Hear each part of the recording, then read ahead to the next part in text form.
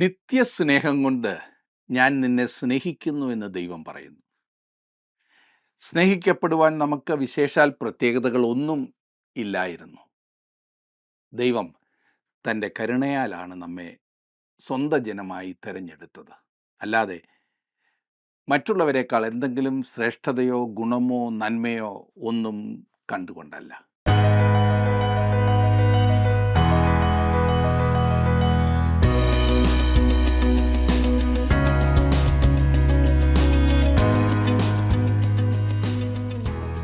ജീവസന്ദേശത്തിൻ്റെ Bible പഠന ക്ലാസ്സിലേക്ക് സ്വാഗതം. ദൈവത്തിന് മനുഷ്യനോടുള്ള സ്നേഹത്തിൻ്റെ പിന്നിലുള്ള അടിസ്ഥാനം എന്തെന്ന് നമുക്കറിയില്ല. എന്നാൽ തിരുവചനത്തിൽ നിന്ന് ഒരു കാര്യം നമുക്ക് മനസ്സിലാക്കാം. ദൈവത്തിന് സ്നേഹിക്കാതിരിക്കുവാൻ കഴിയുകയില്ല. കാരണം അവിടുന്ന് സ്നേഹമാകുന്നു. ദൈവസ്നേഹത്തെ നിത്യസ്നേഹമെന്നാണ് പ്രവാചകൻ ഇവിടെ വിളിച്ചിരിക്കുന്നത്. Everlasting love. പരിജ്ഞാനത്തെ കവിയുന്ന ക്രിസ്തുവിൻ്റെ സ്നേഹത്തിൻ്റെ ആഴങ്ങളിലേക്ക് ദൈവത്തിൻ്റെ പരിശുദ്ധാത്മാവ് ഈ പഠനം മൂലം നമ്മെ നയിക്കട്ടെ. യിരെമ്യാ പ്രവചനം 31, 32 അധ്യായങ്ങൾ.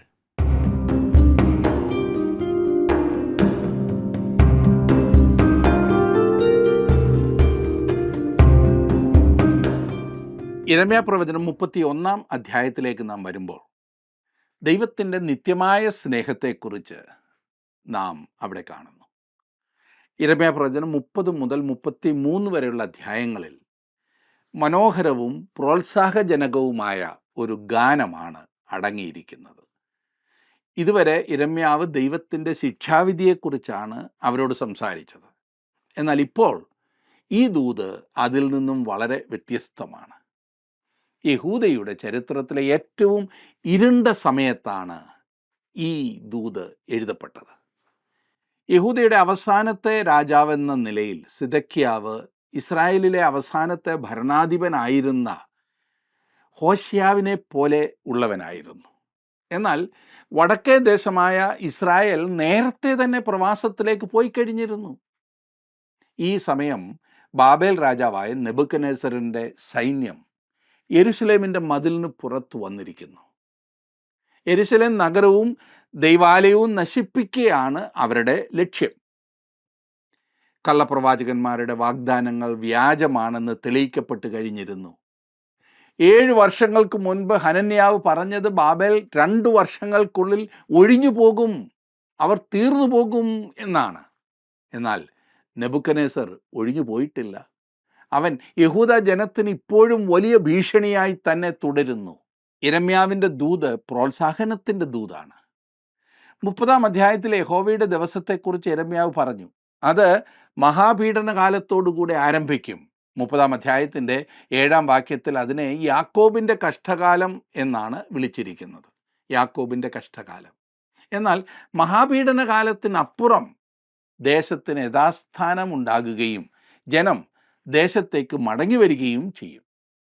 31 അധ്യായത്തിൽ ദൈവം എന്താണ് ചെയ്യുവാൻ പോകുന്നത് എന്ന് നമ്മോട് പറയുകയാണ് ചെയ്യുന്നത്. ഞാൻ ഇന്നിന്നത് ചെയ്യും എന്ന് ദൈവം ഇവിടെ അരുളി ചെയ്യുന്നു. അവരോട് അവൻ ആവർത്തിച്ച് പറയുന്നത് അതുതന്നെയാണ്.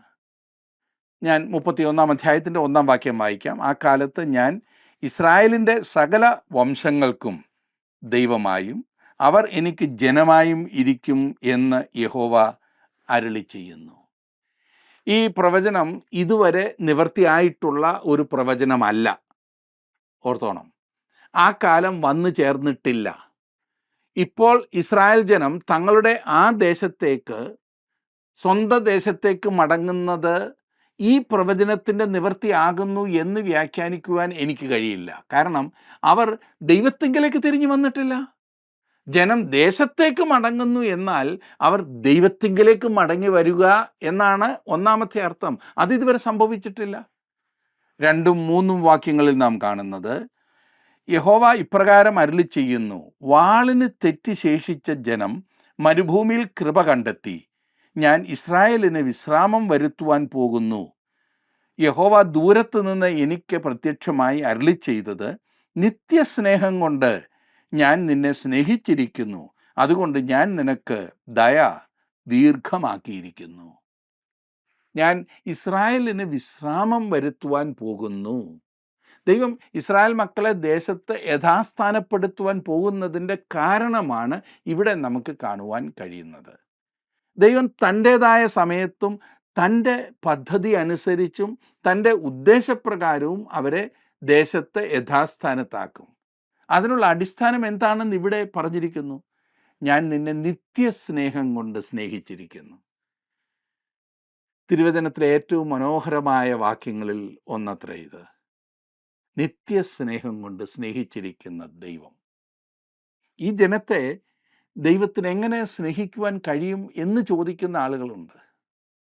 വീണ്ടും വീണ്ടും മറുതലിക്കുന്ന ജനം. അങ്ങനെ ആരെങ്കിലും ചോദിച്ചാൽ അത് നല്ല ചോദ്യമാണ്. എന്നാൽ നമുക്ക് ആ ചോദ്യം നമ്മോട് തന്നെ ഒന്ന് ചോദിക്കുന്നത് നന്നായിരിക്കുമില്ലേ? ദൈവത്തിന് ഇന്ന് എന്നെ എങ്ങനെ സ്നേഹിക്കാൻ കഴിയും? ദൈവം ലോകത്തെ അത്രയ്ക്ക് സ്നേഹിച്ചു എന്ന് നാം ബൈബിളിൽ വായിക്കുന്നു. ദൈവം ഇസ്രായേലിനെ മാത്രമല്ല, അവൻ ലോകത്തെ മുഴുവൻ സ്നേഹിച്ചു. അവൻ എന്നെയും നിങ്ങളെയും സ്നേഹിക്കുന്നു. നിത്യസ്നേഹം കൊണ്ട് ഞാൻ നിന്നെ സ്നേഹിക്കുന്നു എന്ന് ദൈവം പറയും. സ്നേഹിക്കപ്പെടുവാൻ ഇസ്രായേൽ ജനതയ്ക്ക് വിശേഷാൽ പ്രത്യേകതകളൊന്നും ഇല്ലായിരുന്നു. ദൈവം തൻ്റെ കരുണയാലാണ് അവരെ സ്വന്തം ജനമായി തിരഞ്ഞെടുത്തത്. അല്ലാതെ മറ്റ് ജാതികളെക്കാൾ എന്തെങ്കിലും ശ്രേഷ്ഠതയോ ഗുണമോ നന്മയോ ഒന്നും കണ്ടുകൊണ്ടല്ല. ദൈവം അവരെ സ്വന്തം ജനമായി തിരഞ്ഞെടുത്തത് തൻ്റെ കരുണ ഒന്നുകൊണ്ട് മാത്രമാണ്. എന്നാൽ അവൻ്റെ സ്നേഹത്തിന് പ്രത്യുത്തരമായി ദൈവത്തെ പൂർണ്ണ മനസ്സോടും പൂർണ്ണ ഹൃദയത്തോടും പൂർണ്ണ ശക്തിയോടും കൂടെ സ്നേഹിക്കുവാൻ തയ്യാറായില്ല. ദൈവം അവരുടെ നിലവിളി കേൾക്കുകയും അവരെ വിടുവിക്കുകയും ചെയ്തു. അവരുടെ പ്രതിസന്ധികളുടെ മധ്യത്തിൽ ദൈവം അവരോട് കൂടെ ഇരുന്ന് അവരെ അത്ഭുതകരമായി നടത്തി. അവരുടെ ആവശ്യങ്ങളിലെല്ലാം ദൈവം കൂട്ടാളിയായിരിക്കുകയും അവരെ സഹായിക്കുകയും ചെയ്തു. എങ്കിലും യഹോവയെ അവർ അവൻ്റെ നന്മയെ ചൊല്ലിയും മനുഷ്യപുത്രന്മാരിൽ അവൻ്റെ അത്ഭുതങ്ങളെ ചൊല്ലിയും സ്തുതിച്ചില്ല എന്ന് നാം കാണുന്നു.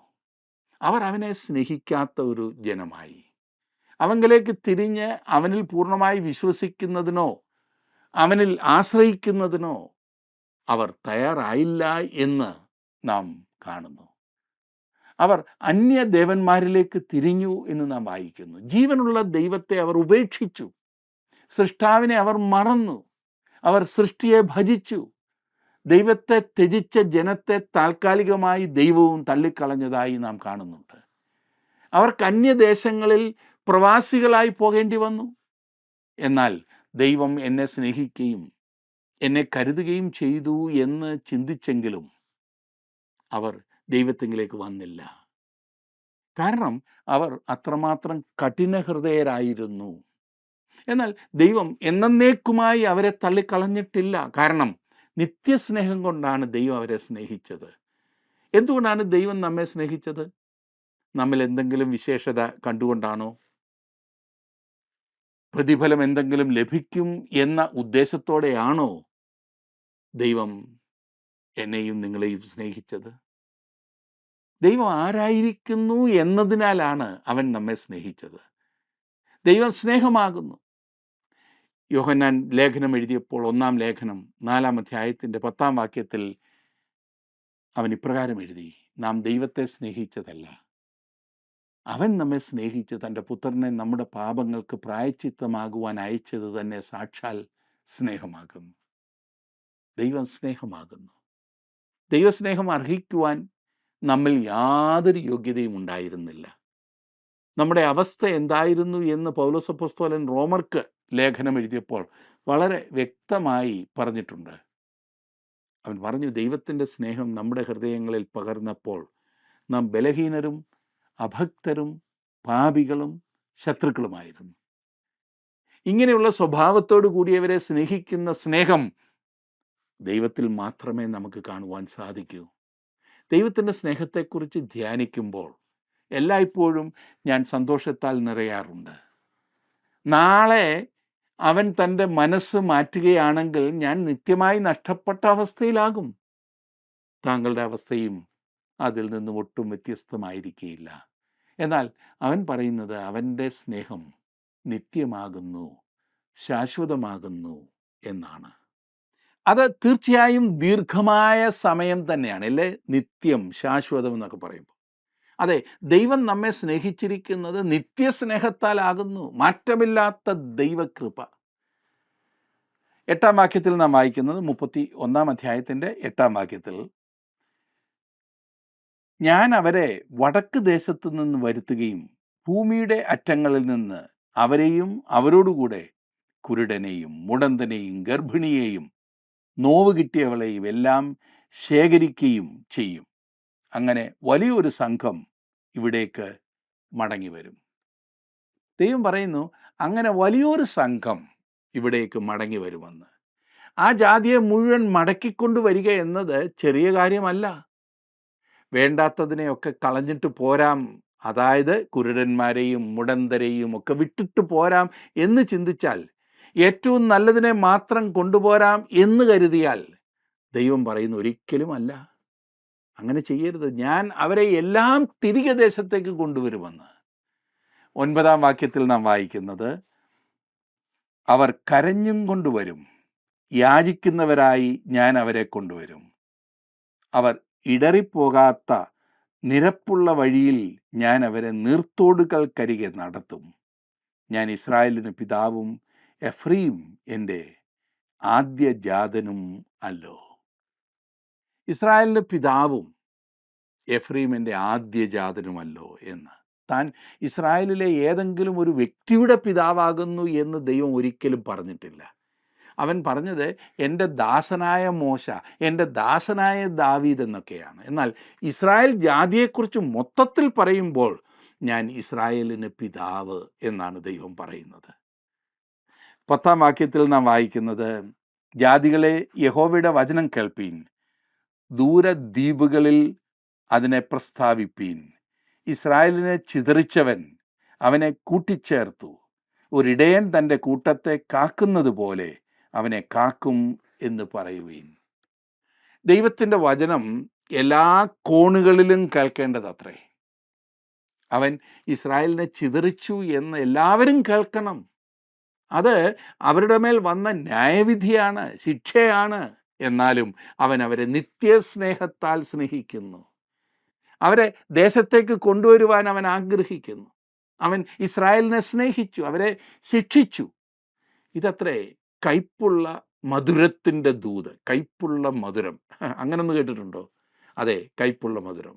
യിരെമ്യാ പ്രവചനത്തിൽ ആദിയോടന്തം സന്തോഷത്തിൻ്റെ ഒരു ധ്വനിയുണ്ട്, അതേസമയം ദുഃഖത്തിൻ്റെ ഒരു നിഴലുമുണ്ട്. ദൈവം ഇസ്രായേലിനെ ശിക്ഷിച്ചു, എന്നാൽ ഇസ്രായേലിനെ ചിതറിച്ചവൻ അവനെ കൂട്ടിച്ചേർത്തു. ഒരിടയൻ തൻ്റെ കൂട്ടത്തെ കാക്കുന്നത് പോലെ അവനെ കാക്കും. ഒരിടയൻ വാസ്തവത്തിൽ തൻ്റെ ആട്ടിൻകൂട്ടത്തെ കാക്കുന്നു. താൻ എന്ത് ചെയ്യുമെന്ന് ദൈവം പറഞ്ഞു കഴിഞ്ഞില്ല. 13-ഉം 14-ഉം വാക്യങ്ങളിൽ നാം കാണുന്നത്, 13-ഉം 14-ഉം, അന്ന് കന്യകയും യൗവനക്കാരും വൃദ്ധന്മാരും ഒരുപോലെ നൃത്തം ചെയ്ത് സന്തോഷിക്കും. ഞാൻ അവരുടെ ദുഃഖം മാറ്റി സന്തോഷമാക്കും. ഞാൻ അവരെ ആശ്വസിപ്പിച്ച് സങ്കടം പോക്കി സന്തോഷിപ്പിക്കും. ഞാൻ പുരോഹിതന്മാരുടെ പ്രാണനെ പുഷ്ടി കൊണ്ട് തണുപ്പിക്കും. എൻ്റെ ജനം എൻ്റെ നന്മ കൊണ്ട് തൃപ്തി പ്രാപിക്കും എന്ന് യഹോവയുടെ അരുളപ്പാട്. ഇസ്രായേലിനോട് താൻ ചെയ്യുവാൻ പോകുന്നത് ഇതാകുന്നു എന്നത്രേ ദൈവം പറയുന്നത്. എന്നിരുന്നാലും ഇസ്രായേലിൻ്റെ അന്നേരത്തെ അവസ്ഥ ദുഃഖകരമായിരുന്നു. അവർ ദൈവത്തിനെതിരായി മത്സരിച്ചു, അവർ പിന്മാറിപ്പോയി. ഇനി 22-ാം വാക്യത്തിലേക്ക് നാം വരുമ്പോൾ അവിടെ കാണുന്നത്, വിശ്വാസത്യാഗിനിയായ മകളെ, നീ എത്രത്തോളം ഉഴന്നു നടക്കും? യഹോവ ദേശത്ത് ഒരു പുതുമ സൃഷ്ടിക്കുന്നു, സ്ത്രീ പുരുഷനെ ചുറ്റി പരിപാലിക്കും. ഇത് കർത്താവായ യേശുക്രിസ്തുവിൻ്റെ കന്യകാജനനത്തെക്കുറിച്ച് സൂചിപ്പിക്കുന്നതാകുന്നു എന്ന് ചിന്തിക്കുന്ന ഒരു കൂട്ടം ആളുകളുണ്ട്. അങ്ങനെ ചിന്തിക്കുന്നതിൽ തെറ്റില്ല എന്ന് ഞാൻ പറയട്ടെ. ഇസ്രായേലുമായി ദൈവം ഉണ്ടാക്കുവാൻ ആഗ്രഹിക്കുന്ന പുതിയ ഉടമ്പടിയാണ് 31-ാം വാക്യം മുതൽ നാം കാണുന്നത്. അതെ, ഇസ്രായേലിലെ 12 ഗോത്രങ്ങളുമായി അവൻ ഉണ്ടാക്കുന്ന പുതിയ ഉടമ്പടി, പുതിയ നിയമം. അതാണ് ഇവിടുത്തെ അർത്ഥം. സീനായ് മലയിൽ മോശയ്ക്ക് നൽകിയതിൽ നിന്നും വ്യത്യസ്തമാണ് ഇത്. തമ്മിലുള്ള വ്യത്യാസം, ഇത് മനുഷ്യ ഹൃദയങ്ങളിലായിരിക്കും എഴുതുന്നത്, അല്ലാതെ കൽപ്പലകകളിലല്ലായിരിക്കും എന്നതത്രേ. 31 മുതലുള്ള വാക്യങ്ങളിൽ രേഖപ്പെടുത്തിയിരിക്കുന്ന ഉടമ്പടി നിങ്ങൾ തന്നെ ഒന്ന് വായിക്കുമല്ലോ. വളരെ പ്രധാനപ്പെട്ടതായിട്ടുള്ള പുതിയ ഉടമ്പടി. ദൈവം പറയുന്ന അവരുടെ പാപം അവൻ അവരോട് ക്ഷമിക്കുമെന്നാണ്. ഈ ഉടമ്പടി ഒരിക്കലും മാറുകയോ തിരുത്തുകയോ ഇല്ല. ദൈവം പറയുന്നു താൻ അവരുമായി ഉണ്ടാക്കുവാൻ പോകുന്ന ഉടമ്പടി ഒരു ശാശ്വത ഉടമ്പടിയാകുന്നു എന്ന്. അങ്ങനെ ഒരു നിയമമാകുന്നു ദൈവം നമ്മോടും ചെയ്തത്. ഇനി യിരെമ്യാ പ്രവചനം 32-ാം അധ്യായത്തിൽ യിരെമ്യാവിനെ കാരാഗൃഹത്തിൽ അടയ്ക്കപ്പെട്ടവനായിട്ടാണ് നാം കാണുന്നത്. 32-ാം അധ്യായത്തിലേക്ക് പ്രവേശിക്കുമ്പോൾ അവൻ കാരാഗൃഹത്തിലാണ്. യെരൂശലേം നഗരം നെബൂഖദ്നേസർ രാജാവ് പിടിച്ചടക്കിയിരിക്കുകയാണ്. എന്നിട്ടും ഈ അവസ്ഥയിൽ യിരെമ്യാവ് അനാഥോത്തിൽ ഒരു നിലം വിലയ്ക്ക് വാങ്ങിക്കുന്നതായി നാം കാണുന്നു. 32-ാം അധ്യായത്തിൻ്റെ ആദ്യത്തെ 2 വാക്യങ്ങൾ ഒന്ന് ശ്രദ്ധിച്ചാട്ടെ. യഹൂദ രാജാവായ സിദെക്കീയാവിൻ്റെ 10-ാം ആണ്ടിൽ നെബൂഖദ്നേസറിൻ്റെ 18-ാം ആണ്ടിൽ തന്നെ യഹോവയിങ്കൽ നിന്ന് യിരെമ്യാവിനുണ്ടായ അരുളപ്പാട്. അന്ന് ബാബേൽ രാജാവിൻ്റെ സൈന്യം യെരൂശലേമിനെ നിരോധിച്ചിരുന്നു. യിരെമ്യാ പ്രവാചകനോ യഹൂദ രാജാവിൻ്റെ അരമനയുടെ കാവൽപ്പുരമുറ്റത്ത് അടയ്ക്കപ്പെട്ടിരുന്നു. 1-ാം വാക്യത്തിൽ യിരെമ്യാവ് ആ സമയത്തെക്കുറിച്ച് വ്യക്തമായി എടുത്തു പറഞ്ഞിരിക്കുന്നത് ശ്രദ്ധിക്കുക. സിദെക്കീയാവിൻ്റെ 10-ാം ആണ്ടിൽ അപ്പോഴാണ് ഇത് സംഭവിച്ചത്. നെബൂഖദ്നേസർ യെരൂശലേമിൻ്റെ മതിൽ ഇടിച്ച് നഗരത്തെ നശിപ്പിച്ച സമയമായിരുന്നു അത്. അത് വാസ്തവത്തിൽ ഏറ്റവും അന്ധകാരപൂർണമായ ഒരു ദിനമായിരുന്നു. ഈ 32-ാം അധ്യായത്തിൻ്റെ 7-ാം വാക്യം നോക്കിക്കാട്ടെ. നിന്റെ ഇളയപ്പനായ ശല്ലൂമിൻ്റെ മകൻ ഹനമയേൽ നിന്റെ അടുക്കൽ വന്ന് അനാഥോത്തിലെ എൻ്റെ നിലം മേടിച്ചു കൊള്ളുക, അത് മേടിപ്പാൻ തക്കവണ്ണം വീണ്ടെടുപ്പിൻ്റെ അവകാശം നിനക്കുള്ളതല്ലോ എന്ന് പറയും. യഹോവയായ ദൈവം യിരെമ്യാവിനോട് അവൻ്റെ ബന്ധുവായ ഹനമയേലിൽ നിന്ന് നിലം വാങ്ങുന്നതിന് ഇത് നല്ല അവസരമാകുന്നു എന്ന് പറയുന്നു. 9-ാം വാക്യം ശ്രദ്ധിച്ചാട്ടെ. 9-ാം വാക്യം, അങ്ങനെ ഞാൻ ഇളയപ്പൻ്റെ മകൻ ഹനമയേലിനോട് അനാഥോത്തിലെ നിലം മേടിച്ചു, വില 17 ശേക്കൽ വെള്ളി തൂക്കിക്കൊടുത്തു. യഹൂദയുടെ ചരിത്രത്തിലെ ഏറ്റവും അന്ധകാരപൂർണമായ സമയമാണ് ഈ പറയുന്ന സമയം. ആ സമയത്താണ് യിരെമ്യാവ് നിലം വാങ്ങുന്നത്. നിലത്തിനൊക്കെ വളരെയധികം വില ഇടിഞ്ഞ ഒരു സമയം. വാസ്തവത്തിൽ നിലം വിൽക്കുന്ന സമയമായിരുന്നു അത്. കഴിയുന്നിടത്തോളം നിലവും സ്ഥലവും വിൽക്കുവാൻ എല്ലാവരും ധൃതി കൂട്ടിക്കൊണ്ടിരുന്നു. എന്നാൽ ഈ സമയത്ത് യിരെമ്യാവ് എന്തിനാണ് ഈ നിലം വാങ്ങിച്ചത്? വിചിത്രമായി തോന്നുമല്ലേ? ബുദ്ധിഹീനത അല്ലാതെന്ത്. അവർ ദേശത്തേക്ക് മടങ്ങി വരുമെന്ന് യിരെമ്യാവ് പറയുന്ന കാര്യം താൻ വാസ്തവത്തിൽ വിശ്വസിക്കുന്നു എന്ന് ജനത്തെ കാണിക്കുന്നതിന് വേണ്ടിയാണ് അവൻ അവർക്ക് ബുദ്ധിമോശമെന്ന് തോന്നുന്ന ഈ കാര്യം ചെയ്തത്. വളരെ ശ്രദ്ധേയമാണ്. ലോകത്തിൻ്റെ മുൻപിൽ ബുദ്ധിഹീനത എന്നാൽ യിരെമ്യാവിന് ഇത് ദൈവവചനം അനുസരിക്കുന്ന, അല്ലെങ്കിൽ അത് മറ്റുള്ളവർക്ക് കാണിച്ചു കൊടുക്കുന്ന ഒരു മാതൃകയായിരുന്നു. ഉത്തരം കണ്ടെത്തുവാൻ പ്രയാസമുള്ള ഒരു പ്രശ്നമുണ്ടായിരുന്നു. 16 മുതലുള്ള വാക്യങ്ങളിൽ ഈ പ്രശ്നം നമുക്ക് കാണുവാൻ സാധിക്കും. 16-ഉം 17-ഉം വാക്യങ്ങൾ ശ്രദ്ധിച്ചാട്ടെ. അങ്ങനെ ആധാരം നേര്യാവിൻ്റെ മകനായ ബാരൂക്കിൻ്റെ പക്കൽ ഏൽപ്പിച്ച ശേഷം ഞാൻ യഹോവയോട് പ്രാർത്ഥിച്ചതെന്തെന്നാൽ, അയ്യോ യഹോവയായ കർത്താവേ, നിന്റെ മഹാശക്തി കൊണ്ടും നീട്ടിയ ഭുജം കൊണ്ടും നീ ആകാശത്തെയും ഭൂമിയെയും ഉണ്ടാക്കി, നിനക്ക് അസാധ്യമായത് ഒന്നുമില്ല. ഈ പ്രശ്നം പ്രാർത്ഥനയിൽ ദൈവസന്നിധിയിൽ കൊണ്ടുവരുന്നു.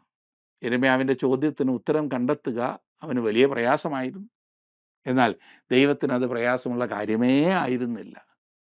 18 മുതൽ 23 വരെയുള്ള വാക്യങ്ങളിൽ യിരെമ്യാവ് ദൈവം ഇസ്രായേലിനെ അവരുടെ കഴിഞ്ഞകാല ചരിത്രത്തിൽ അത്ഭുതകരമായി സംരക്ഷിക്കുകയും നടത്തുകയും ചെയ്തതിനെക്കുറിച്ചാണ് സൂചിപ്പിക്കുന്നത്. 18 മുതൽ 23 വരെയുള്ള വാക്യങ്ങളിൽ. എന്നാൽ ഇപ്പോൾ സ്ഥിതി വളരെ മോശമായിരിക്കുന്നു. 32-ാം അധ്യായത്തിൻ്റെ 24-ഉം 25-ഉം വാക്യങ്ങളിൽ നാം വായിക്കുന്നത്, ഇതാ വാടകൾ നഗരത്തെ പിടിക്കേണ്ടതിന് അടുത്തിരിക്കുന്നു. വാളും ക്ഷാമവും മഹാമാരിയും ഹേതുവായി ഈ നഗരം അതിനു നേരെ യുദ്ധം ചെയ്യുന്ന കൽദയരുടെ കയ്യിൽ ഏൽപ്പിക്കപ്പെട്ടിരിക്കുന്നു.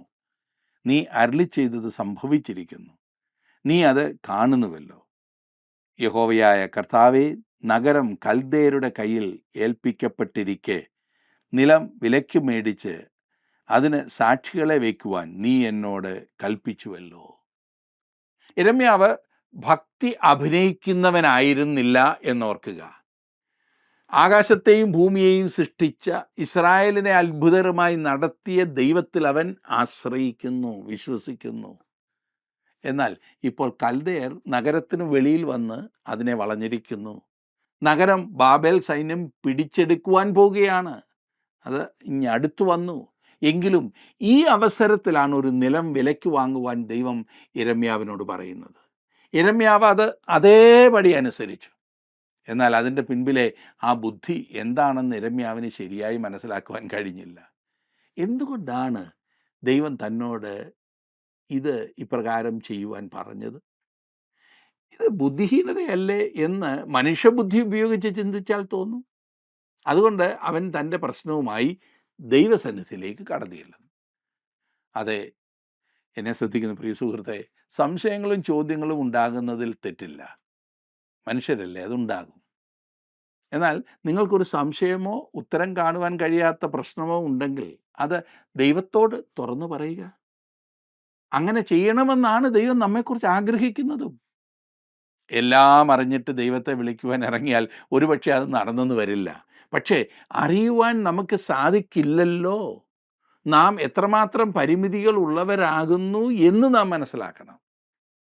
കപടഭക്തിയുടെ വേഷം ധരിച്ചതുകൊണ്ട് പ്രയോജനമില്ല. താൻ ദൈവത്തെ വിശ്വസിക്കുന്നു എന്ന് പറയുമ്പോൾ തന്നെ യിരെമ്യാവ് കരയുകയും പരാതി പറയുകയും എന്തുകൊണ്ട് എന്ന് ചോദിക്കുകയും ചെയ്യുന്നു. യിരെമ്യാവിനെ പോലെ നമുക്ക് ആത്മാർത്ഥതയുള്ളവരായി തീരാം.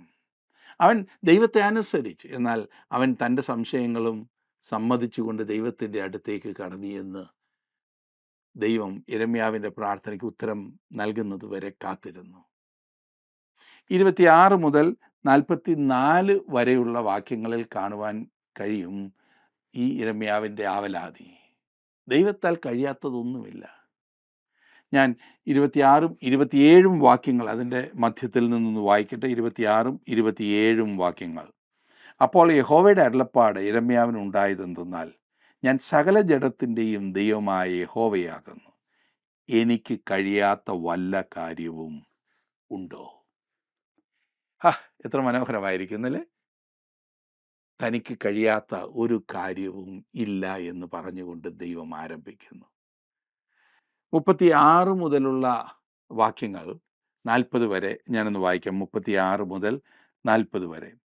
ഇപ്പോൾ വാൾ, ക്ഷാമം, മഹാമാരി എന്നിവയാൽ ബാബേൽ രാജാവിൻ്റെ കയ്യിൽ ഏൽപ്പിക്കപ്പെടുന്നു എന്ന് നിങ്ങൾ പറയുന്ന ഈ നഗരത്തെക്കുറിച്ച് ഇസ്രായേലിൻ്റെ ദൈവമായ യഹോവ ഇപ്രകാരം അരുളി ചെയ്യുന്നു, എൻ്റെ കോപത്തിലും ക്രോധത്തിലും മഹാരോഷത്തിലും ഞാൻ അവരെ നീക്കിക്കളഞ്ഞ സകല ദേശങ്ങളിൽ നിന്നും ഞാൻ അവരെ ശേഖരിക്കും. ഞാൻ അവരെ ഈ സ്ഥലത്തേക്ക് മടക്കി വരുത്തും, അതിൽ നിർഭയമായി വസിക്കുമാറാക്കും. അവർ എനിക്ക് ജനമായും ഞാൻ അവർക്ക് ദൈവമായും ഇരിക്കും. അവർക്കും അവരുടെ ശേഷം അവരുടെ മക്കൾക്കും ഗുണം വരത്തക്കവണ്ണം അവർ എന്നെ എന്നേക്കും ഭയപ്പെടേണ്ടതിന് ഞാൻ അവർക്ക് ഏക മനസ്സും ഏക മാർഗവും കൊടുക്കും. ഞാൻ അവരെ വിട്ടുപിരിയാതെ അവർക്ക് നന്മ ചെയ്തുകൊണ്ടിരിക്കും എന്നിങ്ങനെ ഞാൻ അവരോട് ഒരു ശാശ്വത നിയമം ചെയ്യും. അവർ എന്നെ വിട്ടുമാറാതെ ഇരിപ്പാൻ എങ്ങനെയുള്ള ഭക്തി ഞാൻ അവരുടെ ഹൃദയത്തിൽ ആക്കും. ദൈവം കൽദയരുടെ കയ്യിൽ നഗരത്തെ ഏൽപ്പിച്ചു കൊടുക്കുവാൻ പോകുകയാണ്. ഈ ബാബേൽക്കാരുടെ കയ്യിൽ ദൈവം തൻ്റെ സമയത്ത് കൽദയരുടെ കയ്യിൽ നിന്ന് നഗരത്തെ വിടുവിക്കുകയും ചെയ്യും. അതെ, ദൈവം തൻ്റെ പ്ലാനിൻ പ്രകാരം തന്നെയാണ് കാര്യങ്ങൾ മുൻപോട്ട് നീക്കുന്നത്. ദൈവത്തിനറിയാം എങ്ങനെയാണ് മുൻപോട്ട് നീങ്ങേണ്ടതെന്ന്. അതിനനുസരിച്ച് കൃത്യമായി അവൻ കാര്യങ്ങൾ മുൻപോട്ട് നീക്കുന്നു. നമ്മുടെ ജീവിതത്തിലും ദൈവം അറിയാതെ ഒന്നും സംഭവിക്കുന്നില്ല. അവൻ അനുവദിക്കുന്നത് കൊണ്ട് മാത്രമേ നമ്മുടെ ജീവിതത്തിൽ എന്തെങ്കിലും സംഭവിക്കുന്നുള്ളൂ. ഒരു ദൈവ പൈതലിൻ്റെ ജീവിതത്തിൽ സംഭവിക്കുന്നതൊക്കെ ദൈവം അനുവദിക്കുന്നത് കൊണ്ടാണ്. അങ്ങനെ ദൈവം അനുവദിക്കുന്നത് നമ്മുടെ നന്മയ്ക്കാകും, ആത്യന്തികമായി അത് ദൈവനാമ മഹത്വത്തിനാകും. അതിനേക്കാൾ വലുതെന്താണ് ആവശ്യം? അതുകൊണ്ടാണ് റോമാലേഖനം 8-ാം അധ്യായത്തിൻ്റെ 28-ാം വാക്യത്തിൽ പൗലോസ് പറഞ്ഞത്, അതുകൊണ്ട് ദൈവത്തെ സ്നേഹിക്കുന്നവർക്ക്, നിർണയപ്രകാരം വിളിക്കപ്പെട്ടവർക്ക് തന്നെ സകലവും നന്മയ്ക്കായി കൂടി വ്യാപരിക്കുന്നു. എന്നെ ശ്രദ്ധിക്കുന്ന പ്രിയ സുഹൃത്തെ, താങ്കളുടെ ജീവിതത്തിൽ ദൈവഹിതം തിരിച്ചറിഞ്ഞ് അതിൽ മുൻപോട്ട് പോകുവാൻ നിങ്ങളുടെ ജീവിതത്തെ സമർപ്പിക്കുമോ? ദൈവം നിങ്ങളെ അതിനായി സഹായിക്കട്ടെ, അനുഗ്രഹിക്കട്ടെ.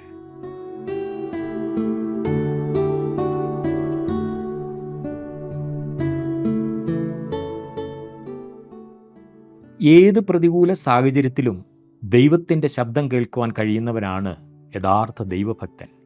നമ്മുടെ സാമാന്യ ബുദ്ധിക്ക് മനസ്സിലാക്കാത്ത ദൈവത്തിൻ്റെ ആലോചനയോട് നാം പ്രതികരിക്കുന്ന വിധത്തിൽ നിന്ന് നമുക്ക് ദൈവത്തിലുള്ള ആശ്രയം മനസ്സിലാക്കുവാൻ സാധിക്കും. ഞാൻ സകല ജഡത്തിൻ്റെയും ദൈവമായ യഹോവയാകുന്നു, എനിക്ക് കഴിയാത്ത വല്ല കാര്യവുമുണ്ടോ എന്ന ചോദ്യം നമ്മളോടും കൂടിയുള്ളതാണ്.